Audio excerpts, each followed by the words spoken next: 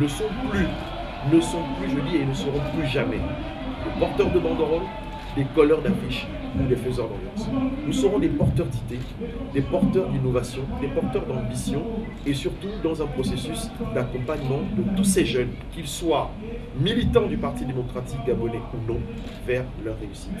Et nous nous réjouissons d'avoir pu réunir près de 1000 jeunes issus de différents établissements scolaires et universitaires aujourd'hui. Cela montre que l'UJPDG est une structure ouverte qui ne ferme pas le débat, mais qui au contraire aimerait rester et demeurer à la pointe de la réflexion et aux avant-gardes des décisions politiques.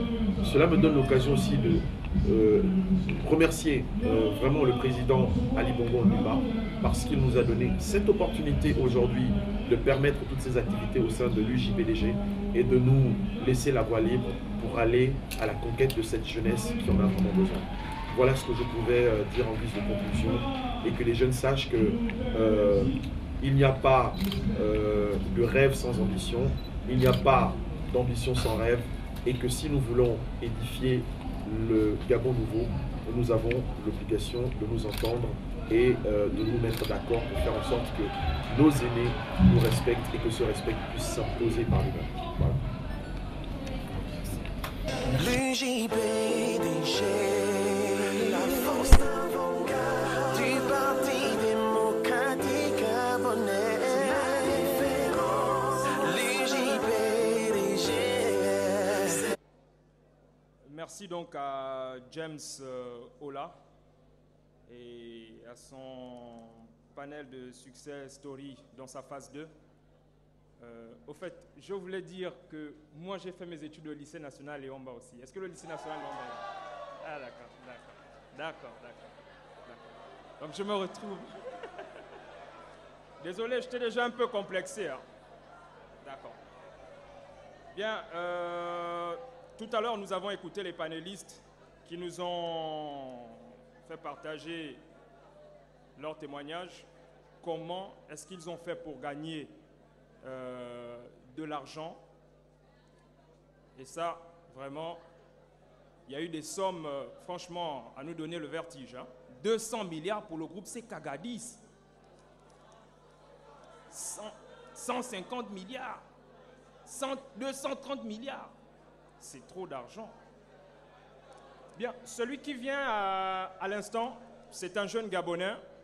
C'est dommage, il aurait pu aussi venir nous faire partager son témoignage parce qu'il paraît qu'il aurait gagné beaucoup d'argent avec le groupe RTL.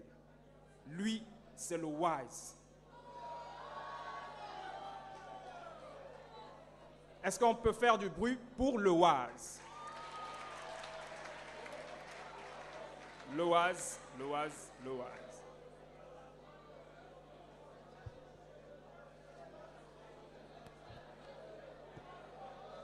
Bien.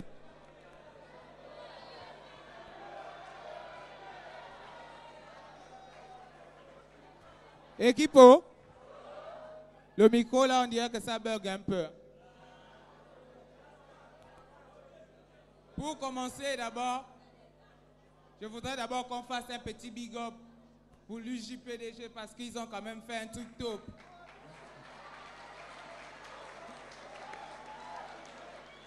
Mais ne vous inquiétez pas. Après, on va dire à l'UJPDG comment ça se passe ici pour créer une entreprise.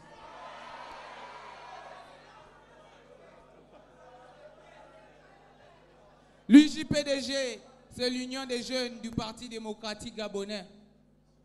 C'est bien d'entreprendre. Les jeunes doivent aller de l'avant afin de participer au développement. L'objectif de l'UJPDG aujourd'hui, c'est d'encadrer, encourager, motiver les jeunes afin de créer des entreprises. Il faudrait que chaque jeune ait son propre business. Voilà pourquoi j'ai dit qu'aujourd'hui, le feu sort et la fumée reste. Les jeunes hommes de l'UJPDG, ils sont travailleurs et charismatiques. Les jeunes femmes sont ambitieuses et méthodiques. C'est un groupe d'élite. Ce n'est pas on a dit. L'UJPDG a des belles idées qu'elle matérialise par ses activités. Ils connaissent la politique de la jeunesse. On peut les faire confiance parce qu'ils ont la technique du Barça, le courage de l'Atlético et la détermination du Real.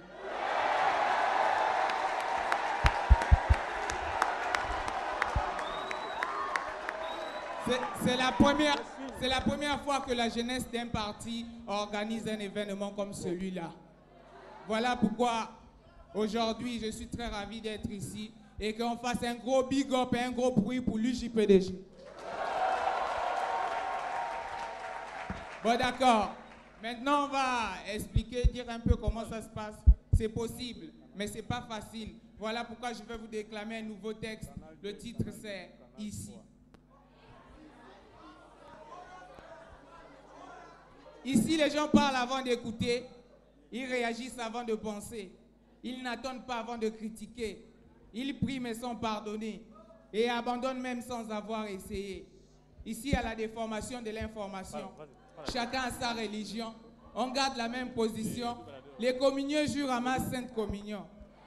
Ici, la galère nous botte, lorsqu'il pleut, on porte des bottes, on n'est pas des lèche-bottes, on danse la botte, les allos on les bottes, mais c'est le dealer qui fixe le prix de la botte.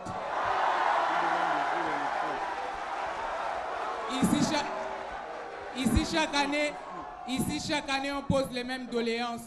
Les élèves et les étudiants font grève tout le temps. Les finances publiques, c'est une histoire d'argent.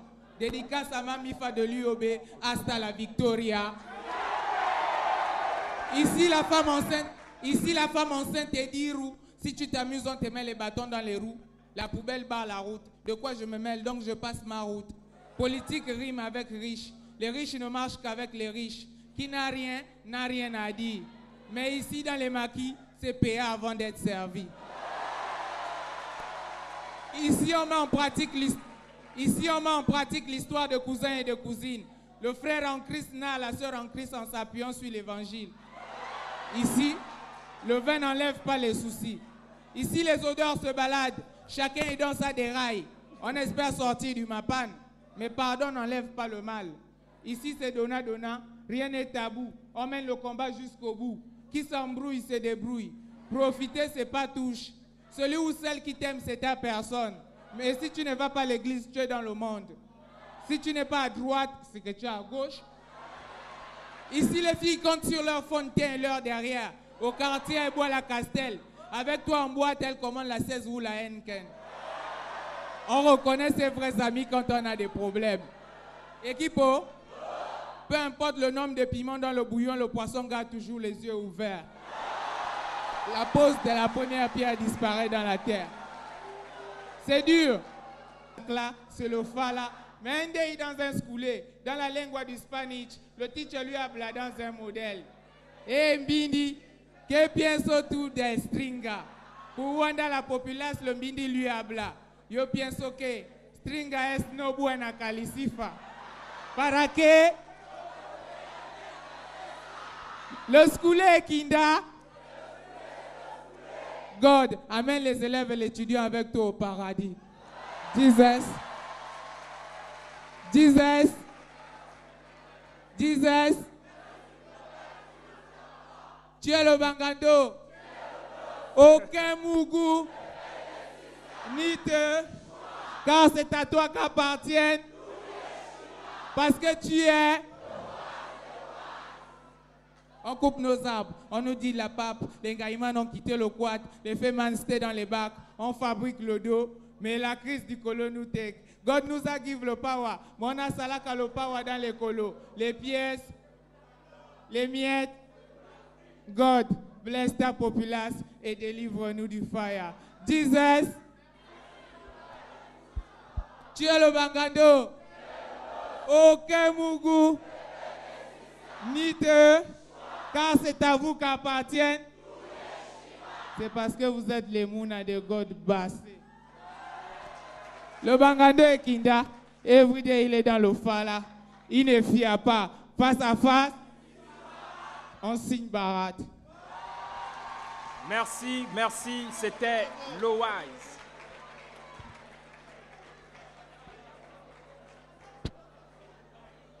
Et voilà, Lowise qui nous quitte.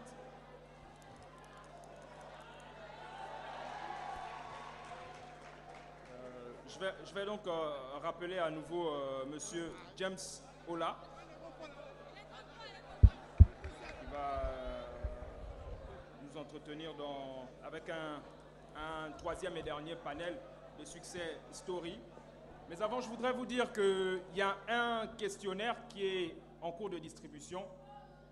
À l'intérieur, il y a une question très importante. Si vous êtes entrepreneur, dans quel domaine d'activité aimeriez-vous investir? Il est destiné aux jeunes élèves et étudiants présents à cette journée de l'entreprise. Tout à l'heure, à la pause, nous allons passer dans chaque rang pour récupérer le questionnaire. Merci. Merci bien. On peut applaudir encore pour Waz, c'est ça? Ah, il est bon, hein? J'avais entendu parler de lui, mais maintenant je l'ai vu. Il est bon, il est bon. On va prendre une pause juste après. Nous allons écouter le dernier panel, le troisième panel de Success Stories d'hommes et de femmes qui vont nous raconter leur belle histoire. Vous continuez toujours à voter pour le meilleur ou le meilleur d'entre eux. Alors je vais inviter M. Vianney Okuma. L'histoire de Vianney et moi, c'est une histoire un peu personnelle. J'aime beaucoup Vianney. On a une histoire personnelle tous les deux. Monsieur Oyaya.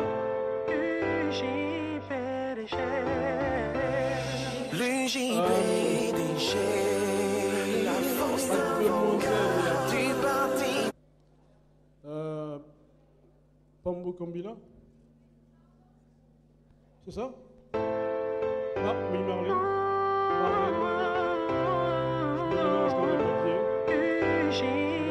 Très bien. Donc, Marlène. Novacom Afrique. Est-ce que Gina Nzenge est là? Non. Ok, Daniel Rogombe n'est pas là? Non. Ok, good.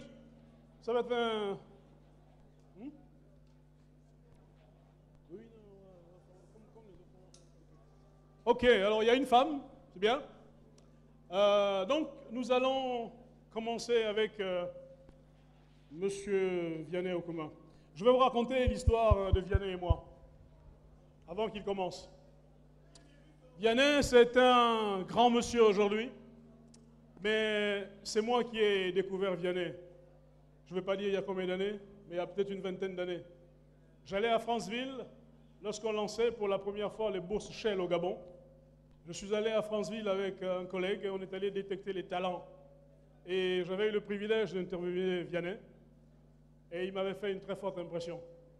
Et j'avais dit, quand je suis rentré à Shell, j'ai rencontré un gars dans l'Autogo à Franceville. Ce garçon, il est brillant. Et il réussira sa vie. Donc Vianney va vous témoigner cela. J'ai aussi l'avantage de connaître Patrick Landré Oyaya. Depuis quelques années déjà. Donc je suis un peu embarrassé parce que c'est des gens que je connais. Et pour moi, c'est le grand directeur général, mais c'est mon petit frère. Je l'aime beaucoup. Et on a beaucoup travaillé ensemble ces derniers temps. Alors, ils vont vous raconter leur histoire. Elle, je l'avais vue à la télé seulement. Maintenant, je la vois. Elle va nous raconter son histoire avec l'organisation qu'elle dirige pour l'Afrique, ici à Libreville. Donc Vianney, je t'invite à nous faire rêver.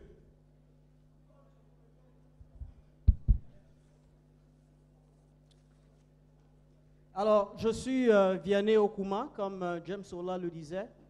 Je travaille pour la Gabon Oil Company, la Société nationale des hydrocarbures du Gabon, Société nationale. Je ne vais pas vous raconter mon rêve, parce que je pense que je vais vous inviter à vous embarquer avec moi quelques années en arrière pour partager avec vous ce qui a été mon parcours. Mais ce parcours n'est assis que sur 3 principes fondamentaux que je voulais partager avec vous. La détermination, la confiance en soi et de savoir que la limite, c'est le ciel. Ça veut dire quoi? Ça veut dire que si une personne a réussi, c'est moi. Alors, je vais vous dire, je vous raconte l'histoire donc d'un jeune garçon né à Mounana, grandi à Franceville, lycée d'État de Franceville, Bac C, mention bien, en 93.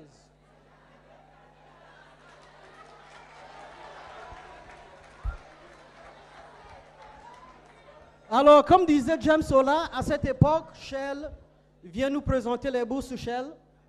J'avais une passion, je voulais étudier les mathématiques.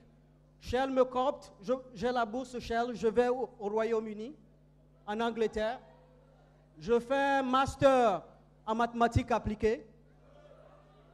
Je le réussis et là, je suis taraudé parce que je veux continuer en maths ou est-ce que je veux faire quelque chose. À l'époque, je crois que Shell est venu me dire, est-ce que tu as besoin d'un boulot? Je dis, si vous voulez me donner le boulot, il faut parler à ma mère. Parce que, je vous dis, à 23 ans, quand je finissais mes études, l'idée de travailler n'était pas là. Alors, je suis allé dans une école d'ingénieurs, l'Université Royale à Londres. J'ai passé donc 7 ans à Londres, où je suis devenu ingénieur de pétrole. Et donc, depuis 1999, je suis dans le domaine du pétrole. Alors, j'ai travaillé tour à tour au Gabon, aux Pays-Bas, au Nigeria. Je suis allé au Canada et aux États-Unis. C'est après 12 ans d'absence du pays, absence continue. Je ne venais pas en vacances. Alors, ce que je voudrais partager avec vous, c'est que malgré tout ça, j'ai de la foi et je crois que seul Dieu nous bénit, en fait. Parce que je lève mes yeux vers les montagnes, d'où me viendra le secours. Je pense qu'il viendra de Dieu. Alors, vous savez, je ne crois pas à la fatalité. L'idée de dire que le Gabon est pourri, c'est foutu, c'est gaspillé, je ne partage pas cet avis. J'étais dans mon confort aux États-Unis. Quand la compagnie nationale a été créée, j'ai compris que désormais, deux choses me rappellent à l'ordre. Le devoir patriotique, l'idée de service à la nation, parce que c'est elle qui m'a tout donné, c'est elle qui m'a financé les études, c'est elle qui a fait de moi qui je suis, et j'avais l'obligation pour mes aïeux, ceux qui sont partis avant moi, pour mes parents et pour ma progéniture, de venir, de servir le Gabon et de donner ma compétence dans le domaine du pétrole à la nation, à notre chère patrie. Donc, je crois que je ne peux partager avec vous que l'idée que quand on est ambitieux, il faut aussi être aventurier. Pour moi, je ne définis pas l'aventure négativement. L'aventure est pour moi l'idée de tenter de faire quelque chose qu'on n'a jamais fait. Et c'est de là que partirait la réussite, en fait. Si on n'essaye pas, si on a tout de suite le temps d'attendre, de dire que non, les autres vont essayer avant moi, moi je me lève, je dis je vais essayer et je réussis ainsi. Il faut prendre le risque. Voilà ce que j'avais à partager pour vous, avec vous.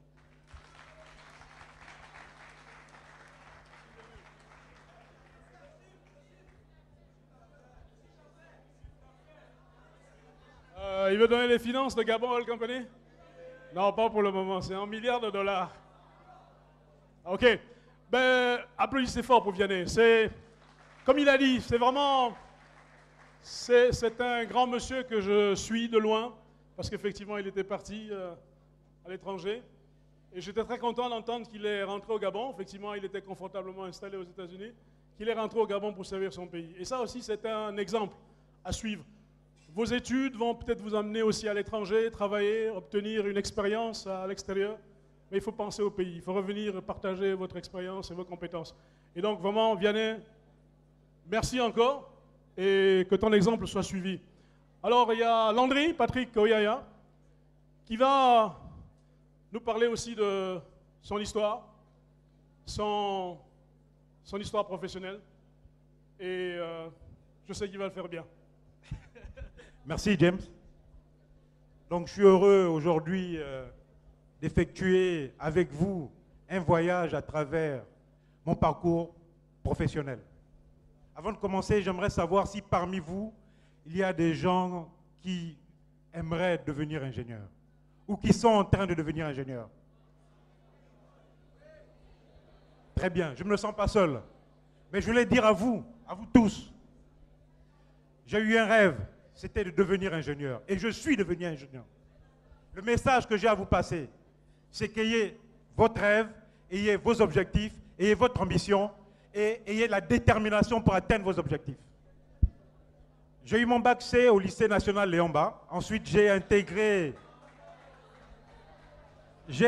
l'école polytechnique de Massoukou à Franceville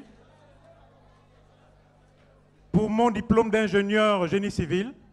Mon travail de fin d'études, je l'ai effectué à Nantes, au laboratoire central des ponts et chaussées.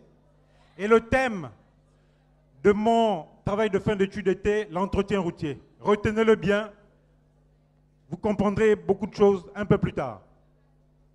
À la fin de mon travail de fin d'études, mon maître de stage vient me voir, il me convoque, et il m'informe qu'il venait de recevoir un coup de fil du directeur technique de la société Dragage Gabon qui avait porté une option sur moi.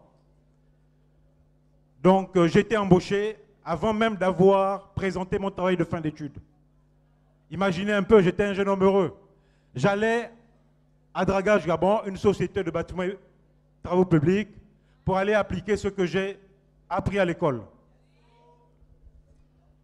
Donc après quelque temps, j'ai eu quelques fonctions, des projets à gérer, et j'ai commencé à me sentir à l'étroit.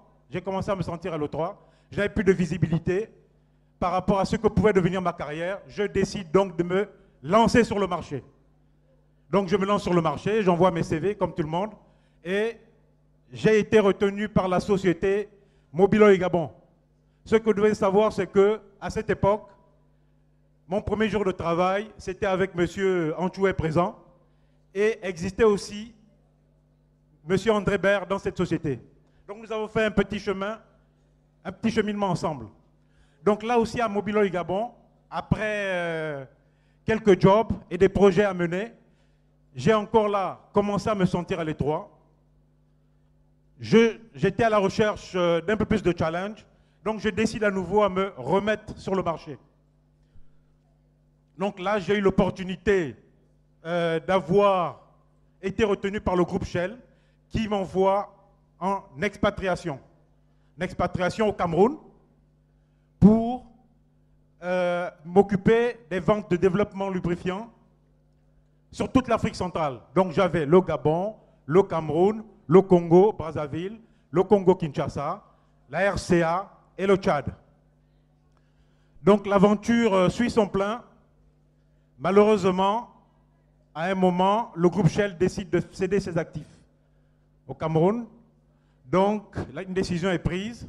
Les expatriés rentrent dans leur pays et les locaux intègrent la société Texaco qui venait de racheter les actifs de la société Shell.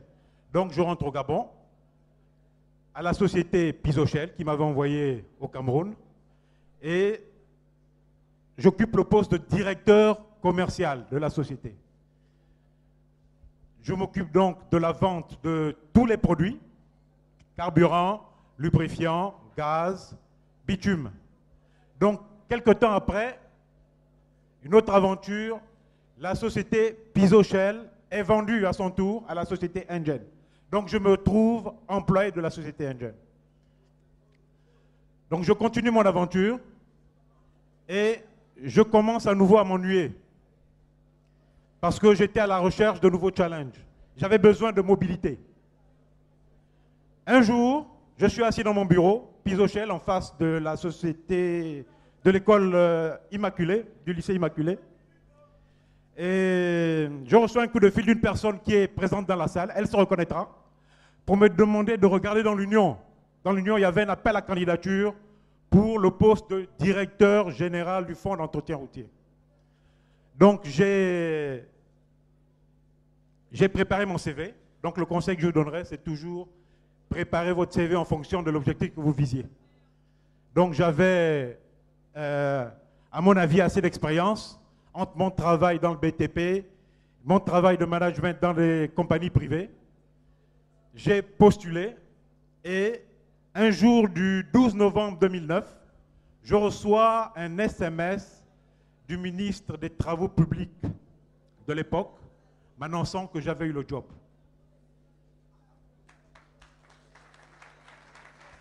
Donc maintenant, je vais essayer de vous présenter schématiquement l'histoire de mon parcours professionnel. Donc, comme vous pouvez le voir, je suis un produit local, formé à l'école gabonaise et fier de l'être. Le fait que je sois un produit local formé à l'école gabonaise ne m'a pas empêché d'avoir la carrière que j'ai eue et de gravir les échelons que j'ai gravis. Ensuite, j'ai intégré la société Dragage Gabon, où la plus importante expérience que j'ai eue, c'était en tant qu'ingénieur assurance qualité, chargé d'animer un plan qualité pour la construction de la route Ndile-Bifoun-Lambaréné. Là, j'ai eu l'opportunité de suivre les différentes étapes de la construction d'une route, les différentes étapes de la construction d'un pont, les différentes étapes de la construction d'ouvrages hydrauliques. Ensuite, ce fut un changement à 360 degrés. De domaine du BTP, je passe dans la distribution pétrolière, où le projet le plus important que j'ai mené pendant cette période était la certification des activités de réception, de stockage, de vente de produits pétroliers de la société Mobiloy Gabon. Donc c'est un projet que j'ai mené en 12 mois et au bout de 12 mois, Mobiloy Gabon a été la première société certifiée ISO 9001-2000 au Gabon et j'ai mené ce projet à bon terme. Donc, après ce projet, qui m'ont permis d'avoir une certaine visibilité dans la société, j'ai été promu directeur du développement des ventes lubrifiants au Gabon. 2, 3, 4 ans après, j'ai commencé à nouveau à m'ennuyer, comme j'ai dit tout à l'heure. Donc j'étais à la recherche de nouveaux challenges. Je pars pour le Cameroun pour diriger les développements des ventes en Afrique centrale. Donc ça a duré 3 ans. Ensuite, je reviens au Gabon comme directeur commercial et j'intègre le fonds routier, comme j'ai dit tout à l'heure. Mais quand je suis au fonds routier, après 2 ans, j'ai vu que cette entité qui gérait déjà 30 milliards de francs CFA annuels avait un gros potentiel. Donc je décide de proposer au gouvernement un projet de réforme pour essayer d'étendre les champs de compétences. Il vous reste 1 minute. Je voudrais avoir des enseignements. Il vous reste 1 minute là maintenant. Il vous reste 1 minute. Allez-y, allez-y. Les champs de compétences de cette structure et le projet de réforme passe et le fonds d'entretien routier devient le fonds routier et le budget de cette institution a été multiplié par 6. Aujourd'hui, le budget tourne autour de 250 milliards de francs CFA. Alors, monsieur Oyaya gère un budget de 250 milliards de francs CFA. 3 enseignements pour vous. Merci. Premièrement, c'est la carrière. Une carrière, ce ne sera pas votre chef qui va la faire. Ce ne sera pas votre institution qui va la faire, même si elle contribue. Une carrière, c'est vous-même qui la ferez. Regardez mon exemple. À chaque fois, j'ai dû pousser, j'ai dû changer de boîte pour essayer d'atteindre des objectifs personnels. Donc je vous demanderai de croire en vous-même et de savoir que aucune personne ne fera votre carrière que vous-même. Deuxièmement, la mobilité. La mobilité va permettre de vous aider à développer vos compétences, à croître vos connaissances. Et je vous demanderai en début de carrière, entre le choix pécunier et le développement de vos compétences, de choisir le développement de vos compétences. Mais si vous avez l'opportunité d'avoir les deux, tant mieux. Mais, je vous le redis, en début de carrière, profitez de développer vos compétences. Parce qu'en développant vos compétences, vous pourrez vous vendre mieux plus tard. Troisième enseignement. Le troisième enseignement. Aujourd'hui, j'occupe des fonctions importantes. Mais ne croyez pas que la vie soit rose. Ne croyez pas que la vie soit rose, il y a de grandes responsabilités. Et tous les jours, on peut avoir des échecs. Mais je vous demande, quand vous avez des échecs, de vous arrêter en toute humilité, faire l'analyse des raisons de vos échecs et essayer de transformer vos échecs en succès. Merci, monsieur Oyaya. Transformez vos échecs en succès. Vous avez vu la carrière de monsieur Oyaya, elle n'était pas linéaire. Hein? C'est ça une carrière, elle n'est jamais comme ça. Ça va, ça baisse. Mais c'est vous qui devez booster. Nous allons donc recevoir avec vraiment vos acclamations parce que c'est la dernière personne qui va intervenir. Mademoiselle Pambo Kumbila. Marlène Pambo Kumbila. Qui va nous faire rêver aussi. J'espère que c'est ce qu'elle dit. Elle est modeste. Allez-y, vous avez le micro. Je pense alors, moi je ne vais pas commencer par dire que j'étais la meilleure. Parce que mon début n'a pas été bon. Mon début n'a pas été bon. Pourquoi? Parce que quand j'ai en fait... déjà, j'ai pas eu le CEP, le CEP. Oui, je dis la vérité. Voilà. J'ai pas eu le CEP. Je suis allée en 6e au lycée national Léomba. En 6e, je passais... En 6e, je passais mon temps dehors. J'étais tout le temps dehors et je me suis fait exclure. Voilà. Mes parents se sont fâchés contre moi et ils m'ont puni, ils m'ont envoyé au lycée d'État de l'Estuaire. Ah, vous reconnaissez, hein? Bref, au lycée d'État de l'Estuaire, je ne sais pas si c'est encore de votre génération, mais il y avait un monsieur qui vendait les sandwichs qui s'appelait Mams. Vous connaissez Mams, hein? D'accord, ok. J'étais tout le temps chez Mams. La même chose, exclu. On m'envoie au CS d'Akébé. Est-ce qu'il y a le CS d'Akébé? Voilà, j'étais au CS d'Akébé. Et au CS d'Akébé, c'est là où j'ai compris qu'il fallait se mettre au sérieux, au travail. Parce que là-bas, c'était jusqu'à la 3e. Et c'est à partir de la 3e que le CS orientait. Et c'est à partir de cet instant que j'ai pris ma situation en main. Ils m'ont envoyé au lycée Léomba. J'ai eu mon bac. Pendant que je passais mon bac, j'étais avec tous mes amis. Mes amis passaient leur temps à être au camp de boy. Pour ceux qui connaissent le camp de boy. Et pendant que moi je faisais le décapi, ils se moquaient de moi. Bref, je passe l'histoire. Donc, juste pour dire, je ne vais pas raconter mon cursus universitaire. Après, j'ai eu une bourse pour aller en France. C'est l'État gabonais qui m'envoie en France pour aller faire Sciences Po. J'ai un master, en fait, 1 en sciences politiques, Paris, et j'ai un master 2 en affaires et intelligence économique, et je suis en cours doctoral de management entrepreneurial. Juste, c'est pas pour vous émerveiller avec les diplômes. Je vais en venir. Pourquoi je vous explique tout ce parcours? Tout simplement parce que c'était pas facile le cursus universitaire. J'étais femme de ménage au Fouquet, sur les Champs-Élysées. Et je peux vous assurer que la femme de ménage, le soir, j'avais 30 couches et je finissais à minuit. Et j'avais mal aux pieds et tout le monde se moquait de moi parce que j'avais les bras musclés à cause des couettes. Voilà. Et après, justement, pendant que je faisais des petits boulots, j'ai eu l'occasion d'être invitée à un forum de femmes à Paris.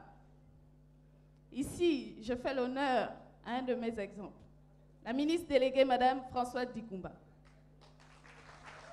C'est un exemple pour moi parce qu'au niveau de Paris, j'ai été encadrée. Et un autre exemple, c'est la première dame du Gabon, Madame Sylvia Bongo Ondimba. Je suis désolée, c'est une dame de cœur. Je sais pourquoi je le dis. Parce qu'à ce moment, quand j'étais invitée, il y avait des hommes d'affaires. Je me suis présentée. Et j'ai eu plein d'hommes d'affaires qui sont venus à moi pour me demander mon CV. Au lieu que ce soit moi qui cours vers les entreprises, c'est les entreprises qui courent vers moi. Et pendant ce temps, je faisais encore le ménage. C'est juste pour dire que pour réussir, on n'a pas besoin d'être derrière un bureau. Mais quand on a la volonté et la détermination, oui, on réussit. Et aujourd'hui, je suis directeur Afrique de Novacom. C'est une société de communication digitale. Oui. Oui, monsieur James, il me reste combien de temps? Justement. fusil a changé d'épaule. Excusez-moi, je ne suis pas xénophobe. Au lieu que ce soit les Français qui viennent nous coacher, c'est moi qui coach les Français. Voilà. Voilà. Oui, et je peux justement vous rassurer que je coach. Parce qu'au niveau de Paris, il y a une équipe de 6 personnes que je gère. Parce que j'ai eu la responsabilité et j'ai montré que j'étais capable de gérer. Et je les gère. Je sais qu'ils ne sont pas contents, mais je n'ai pas le choix. Tout simplement.